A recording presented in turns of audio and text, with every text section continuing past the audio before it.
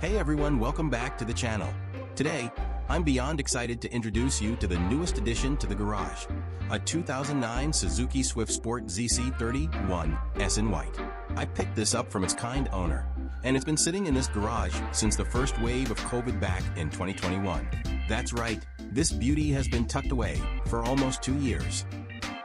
As you can see, it's been through quite a lot of garage hibernation, and it's looking rough, very rough.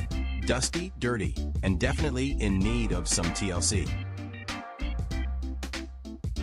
But don't worry, I have big plans for this little Swift. Today, the first mission is to get it out of the garage and into the hands of the experts. We're gonna call in a tow truck and get this baby over to the workshop.